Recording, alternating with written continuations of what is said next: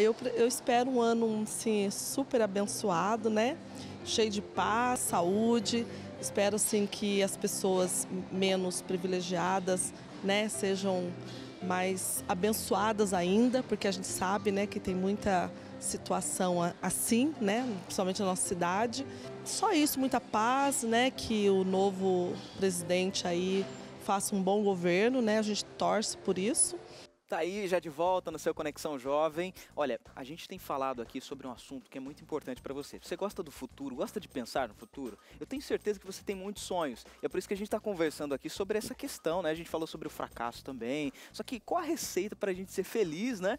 Diante de um ano que está chegando e que tem muitas surpresas para a gente. A gente está aqui com a Marli e Marli, a gente conversou bastante, só que a gente queria entender qual que é a influência que o nosso passado tem sobre o nosso futuro. Não era para ter, mas tem muita. Porque passado é passado, né? O que passou, ficou. Mas nós temos a tendência a trazer de uma maneira muito forte o passado para o nosso presente. Então, eu sempre falo isso, gente, eu sempre falo, porque é tão importante a questão, um dado que eu vou dar aqui agora, em relação ao nascimento, ao surgimento do ser humano.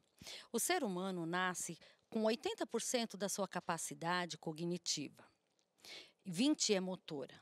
O animal, ao contrário, é 20% cognição e 80% motora. Então, por que eu estou falando isso?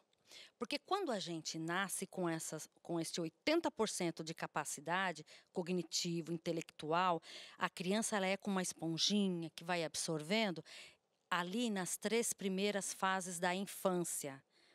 A primeira, a segunda, a terceira infância. É ali que gera trauma. Por gerar um trauma, a gente carrega o peso do trauma sem perceber. Por isso que às vezes eu falo que a gente tem que deixar isso para trás, que a gente está tendo muitos pensamentos, estamos tendo muitos pensamentos negativos, e tem gente que fala, mas eu não faço isso porque eu quero. Eu faço. Eu tenho, parece que é uma tendência. Sim, porque quando nós pensamos aqui com o lobo frontal, conscientemente, a consciência. E essa interpretação vem do que está lá atrás, na nossa inconsciência, que é o trauma. Então, a gente tem que superar esse trauma. A partir do momento, com um profissional, é claro, quando a gente supera esse trauma, a gente libera aí uns 80% dessa carga do passado. Uhum. Mas a gente às vezes até sente, quem sabe, vergonha de pedir ajuda, né? Ainda mais com uma coisa do passado, parece que, sei lá, de alguma forma somos mais fracos porque temos É que às vezes coisas a que gente erra superar, também, né? É. Como que é? Às vezes a gente erra também, às vezes a gente toma atitudes, quando a responsabilidade do outro é fácil a gente chegar e, olha, fulano fez isso comigo. Mas admitir o nosso erro, né? Porque tem a questão do ego, né? E tudo isso vem também do trauma, porque às vezes aprendeu lá com os pais que você não pode errar. Você tem que tirar 10, você tem que ser o primeiro na turma, você tem que sobressair, eu quero você nos melhores cursos, essas são as melhores roupas. Então, quando se torna jovem, adulto, é muito difícil assumir um erro. Então, por isso que a gente precisa entender isso e soltar essas amarras do passado, para a gente ter a tal liberdade de errar e ter felicidade. Tem sentimentos que estão muito ligados com o passado, né? O fracasso, a gente já falou um pouco, a culpa, né? O rancor também. A gente está falando de se perdoar, né? Em outras palavras. Mas também perdoar os outros é importante para recomeçar, não é verdade? E o perdão é que supera o trauma. Porque o perdão significa o quê? Você perder o que não é seu.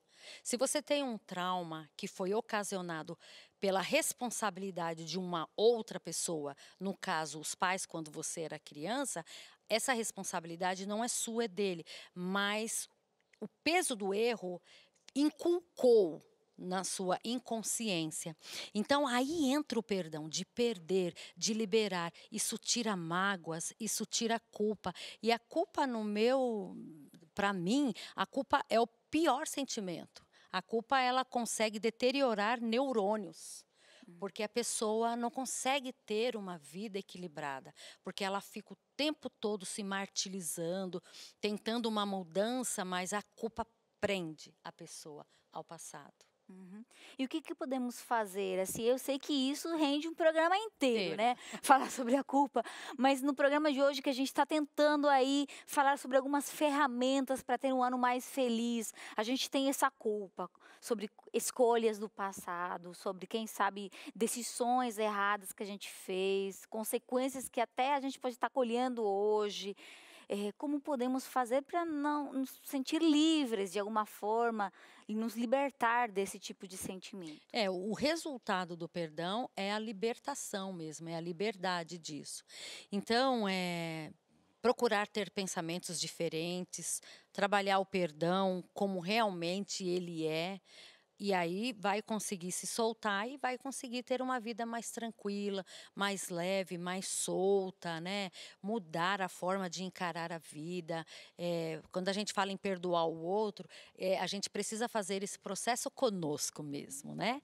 Porque nós somos seres humanos passivos de erros e a gente não se perdoa, a gente não libera, não consegue estar livre da mágoa. E hoje, gente, mais de 90% das causas das patologias é o emocional. E porque as pessoas estão emocionalmente doentes. Então, precisa aprender a lidar com essas emoções, que são emoções tóxicas. Só que você falou sobre essas emoções tóxicas, só que aí a gente falou muito sobre se perdoar. Só que o perdoar o outro também é importante. Com certeza, porque vem muito do outro também, né? Então, realmente, libertar o outro. Porque assim, ó, o outro já me fez mal lá atrás, vamos imaginar assim, mas já passou. Como que ele ainda continua fazendo mal para mim se ele nem tá, talvez nem tá mais na minha vida? Às vezes pessoas que já morreram, ou hoje eu sou adulto, não sou mais uma criança, não estou à mercê daquela pessoa perversa, né? Uma pessoa doente, e eu continuo presa a ela. Porque eu seguro, eu carrego a imagem dessa pessoa o tempo todo aqui. Eu fico, sabe, mentalizando. Alguém chama para fazer alguma coisa, e eu já interpreto, vai acontecer a mesma coisa. Eu atendo pessoas que dizem para mim, doutora, eu não consigo confiar em ninguém. E isso tem até atrapalhado o meu trabalho. Por que ela não consegue confiar? Porque talvez lá atrás, alguém que ela teve uma relação consanguínea errou com ela. Então, o inconsciente manda para a consciência que se alguém que teve uma relação consanguínea errou, que dirá uma pessoa que ela vai conhecer. Mas aí ela está viva agora e é ela que tem que dominar a vida dela. É ela que tem que tomar a decisão e fazer uma conexão com Deus. Quanta verdade, né? E a gente falou muito do passado, mas às vezes, e ainda mais nessas gerações de hoje, as expectativas também podem atrapalhar na hora de pensar no futuro. Pressão, estresse, Ansiedade. ansiedade. Vamos falar um pouquinho sobre isso também? Que tipo de a gente falou sentimentos tóxicos. A gente pode também ter quando a gente pensa no futuro, tipo, pensa demais no futuro. Exatamente, porque o futuro ainda não aconteceu. Então, a gente precisa ter estratégia para entender que nós estamos vivos no hoje, no agora, e até curtir mais a vida dentro do hoje, né? Não criar expectativas exageradas. É claro que a gente precisa sim ter expectativa, mas dentro do limite, dentro da nossa realidade. Uma coisa muito importante é a gente olhar sempre para a realidade, porque às vezes tem até pessoas desaforadas que podem chegar em mim, né, e dizer, não gosto de você porque você é irresponsável, porque eu tenho que aprender a separar o que é do outro e o que é meu, né? Porque senão eu gero uma expectativa em mim de estar sempre atendendo a expectativa até do outro. E aí entra dois extremos, o passivo e o agressivo. O passivo, aquele que baixa a cabeça para tudo, não sabe dizer não, quer agradar a todo mundo, ele contrai as doenças psicossomáticas. E o outro extremo é o agressivo, é aquele que o discurso dele é eu falo a verdade, doa quem doer, mas ele se angustia e aí ficam doentes. Então tem que ter um pouco de assertividade para poder não gerar tamanha expectativa e ter paz para viver o presente. Você falou que tudo isso faz parte do processo de aprendizado, né? Você vai adquirindo e vai se consertando. Uma vez eu ouvi uma frase, Marli, que dizia o seguinte: o sucesso deixa pistas. E é assim mesmo. Às vezes a gente tem que se inspirar também em pessoas que conseguiram vencer, conseguiram sair É daquela situação que a muito gente bom, passou. muito importante isso que você falou, porque tem pessoas que se dão bem, são pessoas líderes, né? Então, às vezes, tirar um pouquinho o olhar da nossa história, né? E mentalizar, e olhar, perceber, ver, aquela pessoa deu certo, né? Mas o que foi que ela fez? Ler um pouquinho, né? Por isso que aí também vem um pouquinho da literatura, ler a Bíblia um pouquinho também. E pessoas, né, que já viveram mais do que a gente, conversar com pessoas, até para mudar o nosso foco o foco daquele pensamento negativo. Conversar, sair um pouco, sabe?